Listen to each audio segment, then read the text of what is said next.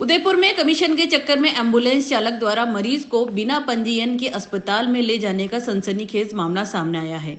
उसके बाद CMHO doctor Shankar Bamne ने अस्पताल पहुंचकर मरीज को एमबी अस्पताल शिफ्ट करवाया है। बताया जा रहा है कि एक एम्बुलेंस चालक बांसवाड़ा के मरीज को कमीशन के चक्कर में सेक्टर 6 स्थित जीवन ज्योति अस्पताल लेकर गया, जहां मरीज को आईसीयू में भर्ती करते हुए 5 लाख रुपए वसूल लिए गए।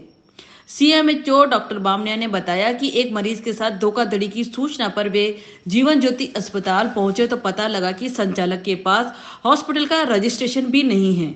ऐसे में उन्होंने मरीज को सरकारी अस्पताल में भर्ती कराते हुए हॉस्पिटल संचालक को अन्य मरीज भर्ती नहीं करने की हिदायत दी है। उन्होंने कहा कि फिलहाल संचालक को पाबंद करते हुए डॉक्यूमेंट पेश करने के लिए 1 दिन का समय दिया गया है। अगर पूरे डॉक्यूमेंट नहीं मिले तो कार्रवाई की जाएगी। ठीक है। हाँ, मैं डॉक्टर शंकर बामनिया, सीएमएचओ उदयपुर। आज जीवन ज्योति हॉस्पिटल है उदयपुर में, वहां से एक पेशेंट भर्ती था बांसवाड़ा से, और शिकायत है कि उस पेशेंट को भर्ती करके वहां पैसा काफी ले लिया है और पेशेंट ठीक नहीं हो रहा है और उससे और पैसे मांग के उसको डिस्चार्ज करने का प्रयास किया जा रहा था। तो उसके परिजन ने मुझे शिकायत करी कि इस तरह से का मामला है, तो मैं खुद वहां पे मेरे जो डिप्टी सीएम डॉक्टर अंकित जैन के साथ गया, साथ में राजेंद्र सोलंकी मेरे स्टाफ उनके साथ लेके गया। 7:30 बजे मैं हॉस्पिटल पहुंचा तो 2 पेशेंट वहां आईसीयू में थे। एक तो शिकायत करता है, उसके जो रिलेटिव है सुनीता मीणा, पिता नानिया, निवासी छोटी पटाल, घाटोल बांसवाड़ा से, और दूसरा बगल में पेशेंट जो रोड एक्सीडेंट से हेड इंजरी थी वो सोया हुआ था, उसके दानपुर के रहने वाले आनंद भोई था।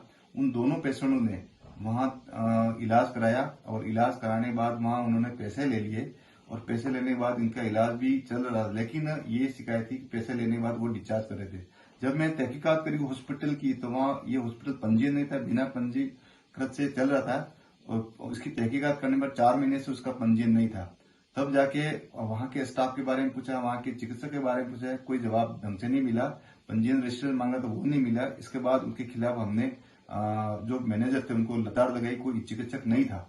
इसके बाद हमने देखा कि उन पेशेंटों से जो ज्यादा पैसा लिया था, ज्यादा पैसा लेने के बाद उनको कोई इलाज नहीं चला, तो उनको हमने रिफंड करने का उनसे लिखवाया।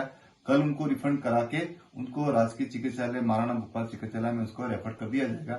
साथ ही उसके जो क्लिनिकल स्टेबलिश एक्ट में कोई रजिस्ट्रेशन नहीं था, उसके खिलाफ नियमानुसार कार्रवाई की जाएगी और जिसके लिए हम कल उसके कार्रवाई करने का प्रयास करेंगे।